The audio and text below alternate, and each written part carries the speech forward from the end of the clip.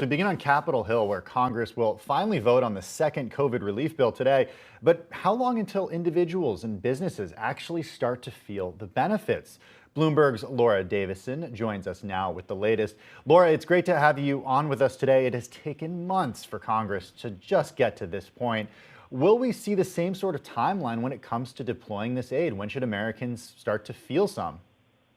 Well, the hope is that it will be a little bit quicker than it was following the March CARES Act earlier this year. So in terms of those $600 payments, both for adults and children, the similar thresholds from last time, Steven Mnuchin has said that they will start sending those out as early as next week. So that would mean that people getting direct deposit payments could see it in their bank accounts, really within just a couple days from now. Okay, give us some. People who got, yeah, go ahead. Go ahead.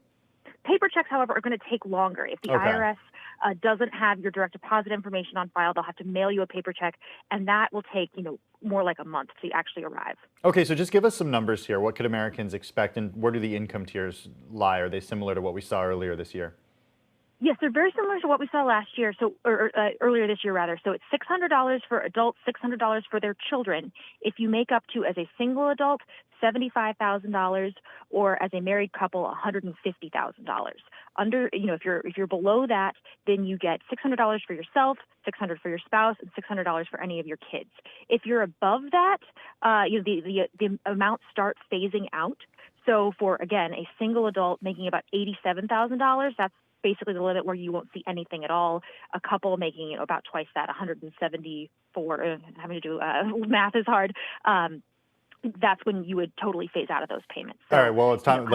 That's why we're journalists, and that's why we're doing the reading and the writing, and not the math. That's how at least how I feel. I want to know, Laura, about what happens when people who didn't qualify for the first round of stimulus, but now they do, because they might have lost their job during the pandemic, but the IRS still has on file their previous job and their income. How does that work out? So the thing you need to do if you have lower income and you now qualify, or you're still missing a payment, maybe from earlier this year, it never got to you or you didn't get the right amount, is on the tax return you filed this spring. And the tax season will open, really the end of January most likely. So you can do this relatively soon. You can say, hey, look, here's my income. I'm missing a payment for a child. I actually should have gotten more than you gave me. You can fill that all out on your tax return, and then it will be sent back to you like you're getting your tax refund. They'll basically just tack it on to whatever else you might be eligible for as your tax refund and get one big payment there. So it won't be as quick as if you're getting it directly sent to you, but starting late winter, early spring, you can start applying for those payments. Finally, some relief is here. Laura, I just want to end talking about moving from income tax and personal taxes to corporate taxes, because you and our colleague David Hood have a new story out this morning talking about a $100 billion tax write-off windfall that could come in the form of this aid bill. Take us through exactly what's happening with PPP loans, the money spent from those PPP loans, and how businesses are sort of able to get what critics are saying a double dip.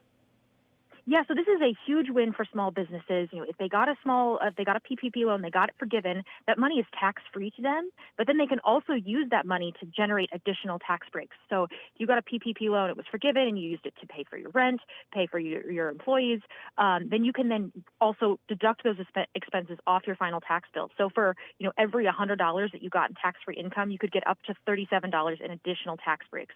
So it's a really big deal for a lot of small businesses who initially thought the IRS said that they weren't going to get these. Now they will. There will be a big windfall come April when they file their tax returns. So this overall is a good thing?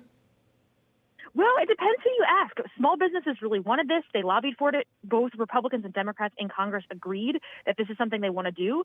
However, the IRS and also Steven Mnuchin said that this was not something that should be allowed. They said this was essentially a double dipping, and that basically small businesses were getting more tax breaks than the tax code generally allows. Congress came back and said, look, businesses thought they were going to get these. They didn't realize if they took these PPP loans, they wouldn't be eligible, and we want to make sure that small businesses who are struggling get this money. Bloomberg's Laura Davison. Thank you for your time, Laura. It's great to have you on the show this afternoon.